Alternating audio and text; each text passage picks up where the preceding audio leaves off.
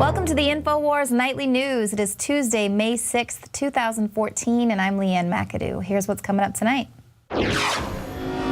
Tonight, the IRS is ready to expand surveillance of offshore accounts. And a woman celebrates her abortion on YouTube. It's all sold totally fake, clearly, for young girls and young women watching. Oh my gosh, pregnant, gross, bad. That's what she's saying with her body language. There's one thing to do. It's magic. It was great. It's so much fun. Well, if you're ever wondering just how sick and twisted things have gotten in America, you really need to look no further than YouTube. You can find all kinds of disturbing videos there. But this next one takes the cake. A woman posted a YouTube video of herself having an abortion. This was, I am not kidding. She is a counselor at a New Jersey abortion clinic. She celebrated her own abortion by posting it on YouTube in order to treasure her special memory. Emily Letts recorded the lead up to the procedure and some of the abortion itself as part of an effort to inspire women who may feel guilty or scared about terminating their pregnancies. Now, I can't watch this video myself. It is up on Infowars. It's pretty infuriating, but I can, her quotes are right there. She's gone on to do some other interviews after the fact.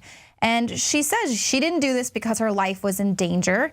She did it as a retroactive form of birth control. The baby's father never once mentioned in this video. But it's sick. I mean, she's smiling the whole time. She lets out a giggle, in fact, and she states at the end of it, she's like, yay, cool, I feel good. I'm a lucky girl. I mean, this is the sick, twisted video that this girl posted up on YouTube, and she says that she held onto an ultrasound as a memento of this special memory. It's always going to be a special memory to her of the day that she went and killed her unborn child for the world to see. Now, regardless of how you feel about abortion, if you're pro-choice or whatnot, I understand it's not a black and white issue. This is insane. This is sick. This is basically telling women to celebrate this killing of your babies, killing of your unborn children, that it's something to celebrate and something that you can be happy and proud about. She goes on to say, I'm not sad at all. I don't feel any guilt. And that's basically what she wanted to do, was empower people and let them know this can be a positive procedure. She goes on to say 1 month afterward, I don't feel like a bad person. I don't feel sad. I knew that what I was going to do was right. It was right for me and for no one else. And of course, by that, she especially does not mean that it was right for her unborn child. So basically, this video is just the precipice of this sort of thing becoming the norm for our society, that this being totally selfish and just not having any regrets and not being somber about a procedure such as this it's okay. That means that we're liberated and we're just moving forward as women, right? It's this twisted sense of reality. Now, it turns out that Emily Letts is not just an abortion counselor, she's also an actress. So now this is causing a lot of people to say, well, did she do this for attention? Because today reality is all about how many likes you can get on your social media account and how many fans you can get. She was an actress. Her Letts' most recent movie was a horror flick centered around, you guessed it, the slaughter of children. So people are asking, was this just a publicity stunt? Did she put this together herself in an effort to get noticed, or was someone else put her up to this? Was it entirely of her own making? For fame, did she want to be the first woman out there to put out a shock video on YouTube? I mean, what's the next viral video going to be? I find it really hard to believe that she just did this to make abortion cool and trendy and acceptable. Because if that's true, then that's really sick. That's very sick. Now, we've already reported, on how fame has become a sickness. It's absolutely a sickness. People will stop at nothing for a little bit of notoriety. Apparently, even posting YouTube videos of them killing their unborn children. Well, she wanted to be famous, and now the world will know who she is, and I can't wait to see in the coming weeks. I'm sure she's going to be hailed as some folk hero for the women's liberation movement. But where are these so-called liberated women when it comes to the nearly 300 missing Nigerian girls? They were kidnapped. Their families are calling out for them to be rescued. It's gained international attention, and now the U.S. is going to be sending a team to help find these kidnapped girls. Now, it was about 270 Nigerian girls. They were kidnapped from a school in April by a militant Islamic group, Boko Haram. They have claimed responsibility for taking these young women as punishment for them receiving a Western education. Now, the leader of this group says he will sell the girls at market. He's going to sell young women as young as 9 years old because, according to his religion, these women are slaves. And according to Sharia law, these girls, they just need to go get married. And that's what he says. So he's going to be selling them off. Now, the U.S. has announced it's going to be deploying a team to help locate these missing girls. And more young women are actually being kidnapped daily. People are calling for drones to be used to help in this search.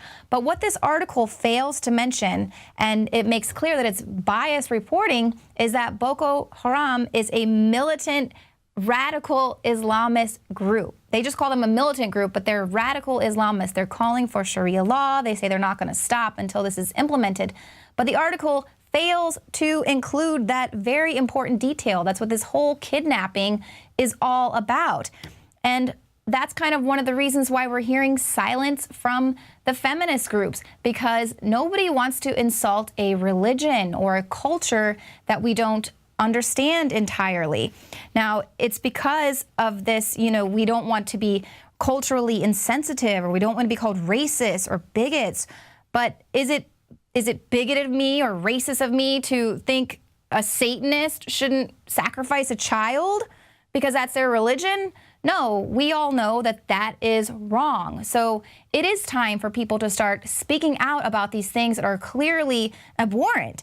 So they don't want to seem, non-trendy by insulting someone's culture, so they remain silent on truly abhorrent crimes against women. Where is the Ban Bossy campaign with respect to this? It's a sickening kidnapping by 270 plus girls. Their families are crying out for help. Rhiannon Coslet of The Guardian calls for Western feminists to stand in solidarity. Rather than confronting this casual sexism, which is what they're prone to do, stand up against something as profoundly revolting as this issue of slavery, forced marriage, and child rape. We have to insist that something be done about these women who have no voices. We, as the truly free and liberated women of the West, it is our duty and our responsibility to stand up for these women and to call it like it is. This is not right. But instead, the liberated women are posting YouTube videos of themselves and their downward spiral. It is insane. Apparently, it only works to speak out against wrong if it fits the political agenda of the day. The recent comments of the NBA's Donald Sterling have sparked much controversy. And while I don't agree with Sterling, the most interesting thing following his leaked phone conversation isn't that he's been asked to relinquish the LA Clippers. It's that it set a precedent to go after anyone in the league for seemingly any reason. Doug Davos, whose family owns the Orlando Magic, is now being targeted for his support of traditional marriage, with pundits and activists alike deeming him a homophobe. Seems like the naysayers are much more concerned with thought crimes than physical crimes, such as U.S.-funded jihadists crucifying Christians in Syria. In theory, this could have been an international news story if the jihadists had recorded themselves talking about the crucifixion instead of actually carrying it out. And finally, the thought crime in Oklahoma of someone having the audacity to donate the 10 Commandments to state capitol grounds was so offensive to devil worshippers in New York that they want to place a, quote, child-friendly Lucifer at the Capitol grounds as well. A member from the Satanic Temple says that one could even sit on the statue's lap and take a selfie with Baphomet. So it's not okay when Christians do it, but if Luciferians do it, then it's just fine. You can find more reports at Infowars.com. And while so many people are calling to oust racists in the NBA, why aren't a lot of people calling to get rid of our criminal, corrupt police force? One of the biggest criminal cases coming out of the Occupy protests in New York City was decided yesterday in a guilty verdict for Cecily McMillan. She got no justice, no fair trial, and her case just underscores the public's acceptance and this normalization of police brutality. Now, Cecily, she can face up to 7 years in prison for this. She was found guilty of felony assault against Officer Grantley Bovell.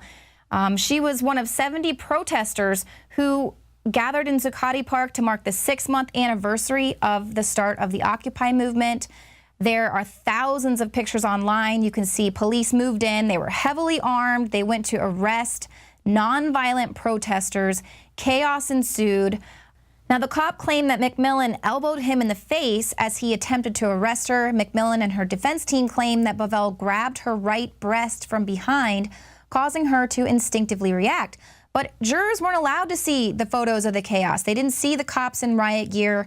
They didn't hear anything about the police violence. To the jury, the hundreds of police batons, helmets, fists, and the violence that was there, it was invisible. The jury was only presented a close-up of McMillan's elbow. They didn't show Bovell's eye, and this was how they were asked to determine who was the violent one. The prosecutors and the judge prohibited them from zooming out to show the chaos, and despite thousands of photographs and evidence, because journalists were there, journalists and innocent bystanders were punched, kicked, tackled, and beaten over the head. But despite all of that photographic evidence, the jury found her guilty based off of one picture of her elbow. So this is wrong on so many levels, but it just goes to show how brainwashed the public is into just accepting that police violence and violent police and the way they react to protesters and nonviolent protesters is just normal. It's just another day on the job.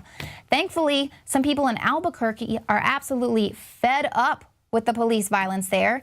They, in fact, stormed the city council meeting there in Albuquerque, and 40 people attempted to arrest the police chief on Monday. They said, this is no longer your meeting, this is the public's meeting. So they are fed up with how out of control things have gotten in there at Albuquerque. We've reported on how criminal and corrupt the police force is there. Those people have had enough. We will report more on that as it develops. Now, in other propaganda, the White House has released its 840-page National Climate Assessment, and surprise, there are dire warnings involved here. They said there's going to be coastal flooding in the Northeast, water shortages in the Southeast, crippling droughts, heat waves all over the Midwest, and all sorts of other planet-altering changes all across the United States. White House advisor John Podesta says, if you want to argue about climate change, you're siding with the polluters. See, so now you're not even allowed to question the official story. You're just a polluter. And critics of the administration and the actions it has taken thus far on climate change argue that the report is little more than an attempt to spook the American people into supporting the president's controversial agenda. Now, I take offense to that because I really do care about the planet, but I absolutely question what their administration is trying to do about it. They're not trying to actually fix the problem. If that was the case, Harry Reid's building a bunch of solar farms there in Nevada. If they'd actually just turn them on and let the sun do its job. You know, once you get past the initial cost of building the solar farms, it's free after that. But they're not really concerned about that. They don't really want to stop this dire consequences of this global warming because we've got the fix. That's why, you know, they've got this huge push now to tax people who have solar energy on their homes. Basically, there was this huge push for solar energy because it's going to save the planet and it's going to be what we need to bring down the carbon emissions. But then all of a sudden, it was a little too effective. It wasn't bringing in enough tax revenue. So now they had to start taxing these homes.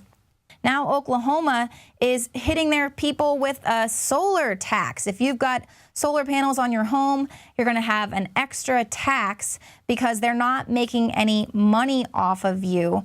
And in fact, some places, the power companies actually owe those homeowners with solar panels money. So basically now they have to put this extra fee on it, looking at a way, that they can take advantage of the people who embraced going green. And it's not just that.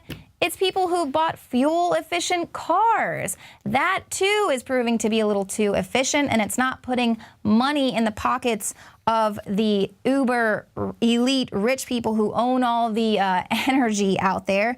Now, states like Oregon and Washington, they've already started their drive tax, but in California, the Senate there has introduced a bill to test out taxing motorists by the mile as well. Now, the state's gas tax was no longer bringing in the revenue that it used due to people driving more fuel-efficient vehicles. And the gas prices are insane in California. So, basically, they convinced all these people that they need to save the planet and they got to buy all these fuel-efficient cars. So then they do. And then now they're going to punish them because their cars are just too fuel efficient. So basically, if you take a 600-mile vacation, you're going to get taxed for going on vacation. Now, this is what we also are reporting is going to happen with smart meters. They keep selling these smart meters as a way to save energy, and it's going to lower the cost of your energy bill. Yeah, right, because that's what the power companies are trying to do, is help you save a dollar, help take money out of their pockets. This is a total joke. Not only is it going to leave us open to vulnerability, hacking of the grid, and spying on our every move, it's absolutely going to raise our bills. They're going to find a way to tax us and to continue robbing the taxpayer of pennies, all the pennies they can get their hands on. That's what this is all about. Because lawmakers could literally save the planet if they wanted to, but that's not what their job is apparently these days there in D.C.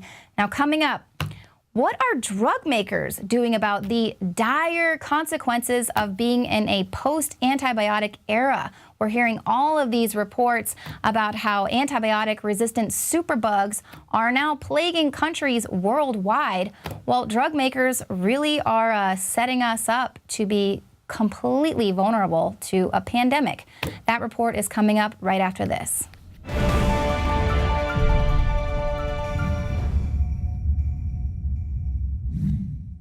The news is plagued with headlines warning that deadly superbugs that evade antibiotics is spreading globally. The World Health Organization is calling for urgent action to preserve the power of antibiotics, as the effects of drug resistance will be devastating. Something as simple as a scratch or a UTI could kill, and once beaten diseases could resurface as fatal illnesses.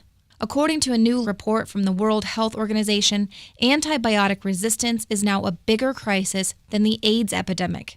One of the best-known superbugs, MRSA, is estimated to kill around 19,000 people in the U.S. annually, far more than HIV and AIDS.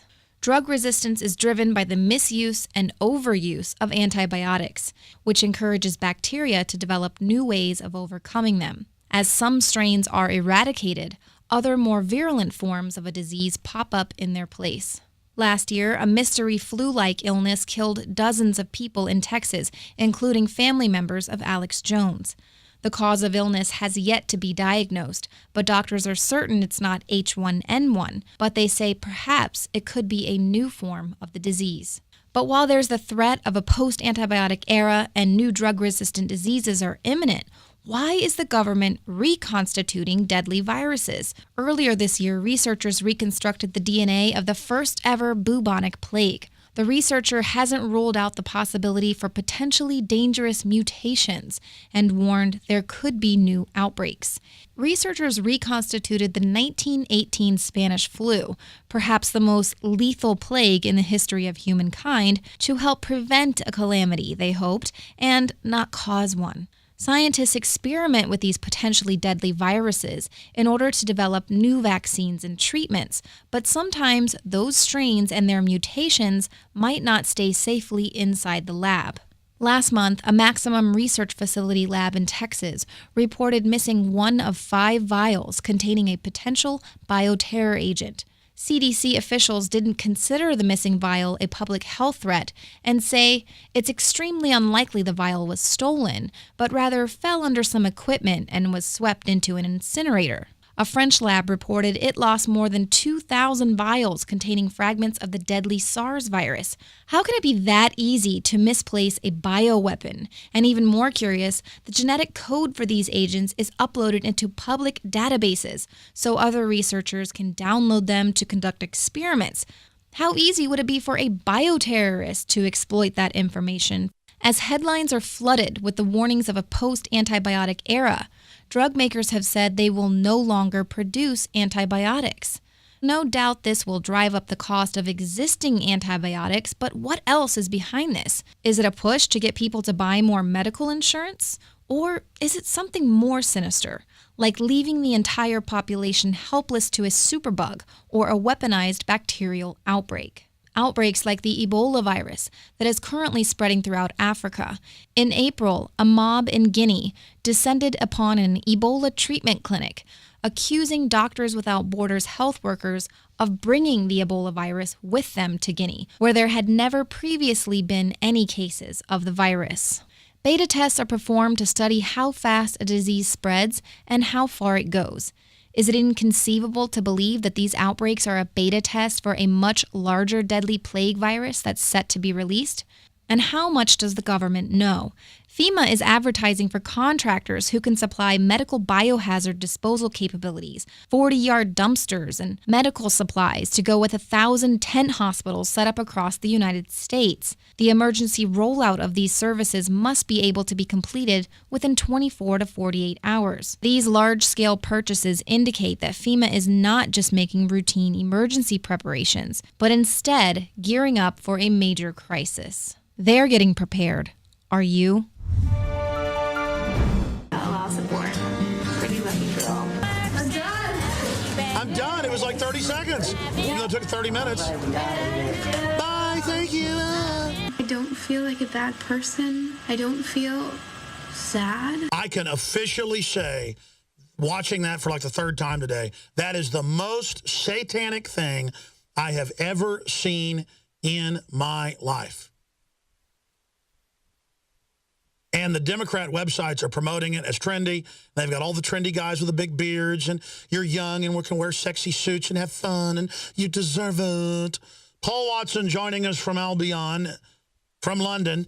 What do you make of this? Do you agree with me that this is the most satanic thing I've ever seen because of the cooing and the orgasm noises and everything? Clearly, it's all staged to sell this to everyone.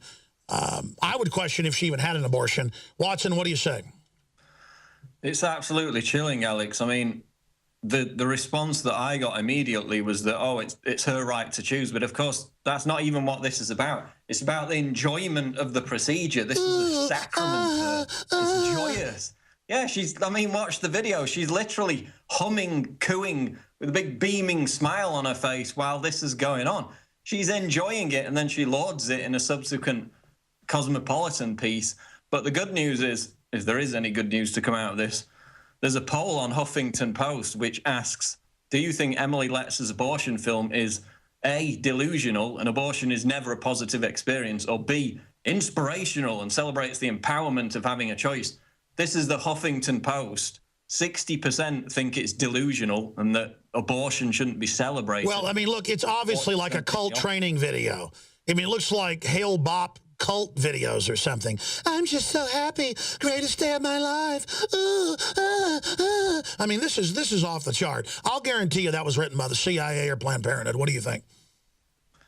It's actually, the video has actually been out since March, and it only went viral today. It had 30,000 views as soon as it got picked up by most of the media today. It's doubled in views. Of course, the thumbs down comments have doubled because initially she said she got an overwhelming wave of support for making this video. But when actual people in significant numbers began to see it, you know, the thumbs down comments on YouTube are running into the thousands already. And even the liberals, even the lefties are aghast at this because, you know, as I wrote in the article, is it too much to ask for these people to at least be somber, solemn, and regretful for killing a baby, even if you think that's their I'll choice? guarantee you, if they saw somebody, you know, killing a rabbit for dinner, they would freak out and want you arrested, calling it inhumane.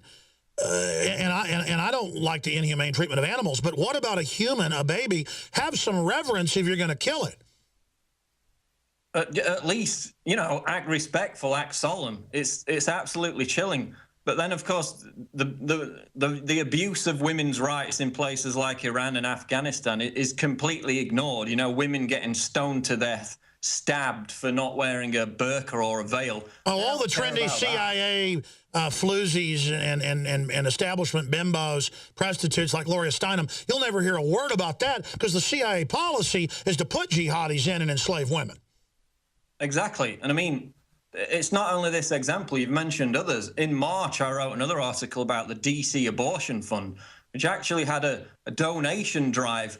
They offered people coat hanger pendants in reference to the vile method of using a coat hanger to perform an abortion. If you donated $10 or more a month, then you got a coat hanger pendant, and that money went to pay for women in Maryland and Virginia to terminate their pregnancies. So this runs throughout the whole leftist pro-abortion movement, this lip-smacking celebration of killing babies like some horrific ancient pagan ritual. Well, that's the thing, is the lip-smacking. I mean, they told her to get in a really good mood and try to be a seductress. I mean, she could get a job actually as a newsreader where they have the women do the seductress deal and the men actually think, looking through the television, the woman's really aroused by him. She is like trying to seduce women here into being for abortion. It was clearly highly scripted and very sick, and it just shows the spirit of this, the abject craziness of these people. Yeah, she says in there, if you didn't hear it, folks, the video's up on Infowars.com. I'm keeping this to remember it. I mean, my God, I later learned where an abortuary was where one of my kids got killed in Austin, and I can't drive by it. Literally, I almost run off the road and start crying. And these people are like wanting to have a memento and celebrate it and remember it. Thank you for tuning into the show tonight. We will see you here tomorrow at 7 p.m. Central.